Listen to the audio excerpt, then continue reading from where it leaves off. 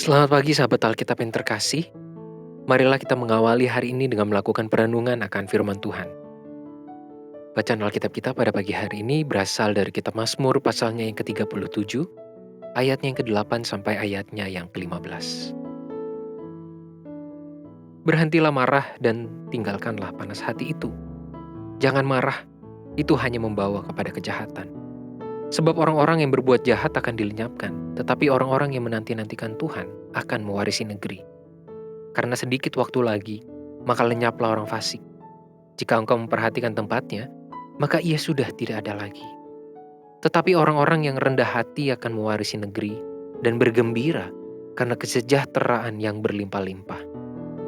Orang fasik merencanakan kejahatan terhadap orang benar dan menggertakkan giginya terhadap dia. Tuhan mentertawakan orang fasik itu sebab ia melihat bahwa harinya sudah dekat. Orang-orang fasik menghunus pedang dan melentur busur mereka untuk merobohkan orang-orang sengsara dan orang-orang miskin, untuk membunuh orang-orang yang hidup jujur. Tetapi pedang mereka akan menikam dada mereka sendiri, dan busur mereka akan dipatahkan.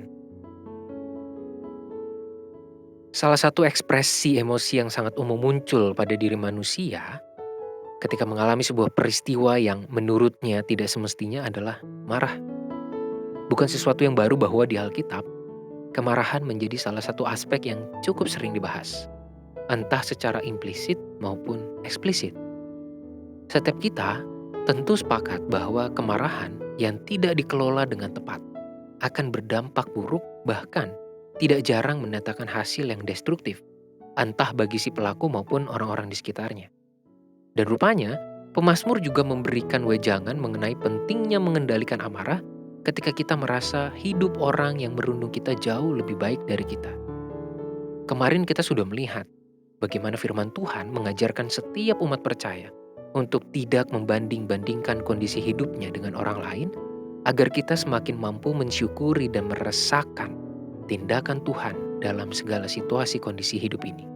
Sekarang, firman Tuhan juga menghadirkan sebuah nilai refleksi yang menindaklanjuti pesan tersebut, yaitu kemampuan mengendalikan amarah ketika kita merasa hidup ini berjalan dengan tidak adil.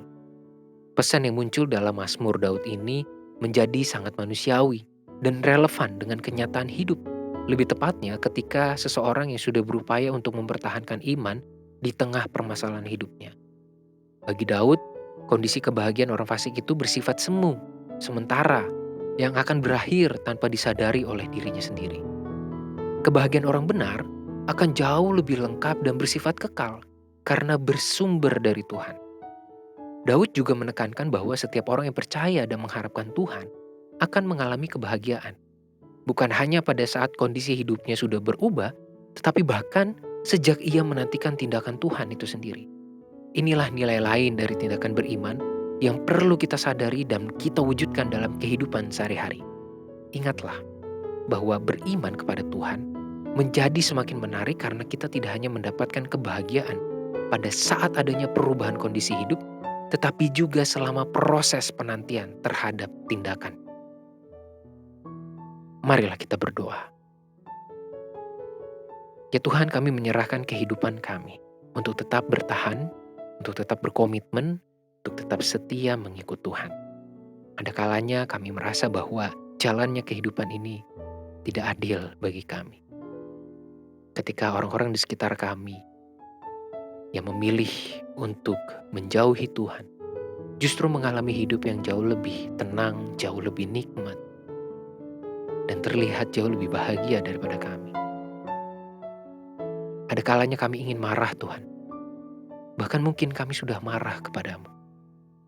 Tetapi Tuhan, tolonglah kami, selamatkanlah kami, dan bimbinglah iman kami untuk bertumbuh dengan kesetiaan kepadamu. Karena kebahagiaan yang bersumber daripadamu itulah kebahagiaan yang kekal. Itulah kebahagiaan yang sejati. Dan hanya Tuhan yang mampu memberikan. Di dalam nama Tuhan kami Yesus Kristus, kami berdoa dan menyerahkan kehidupan kami. Amin.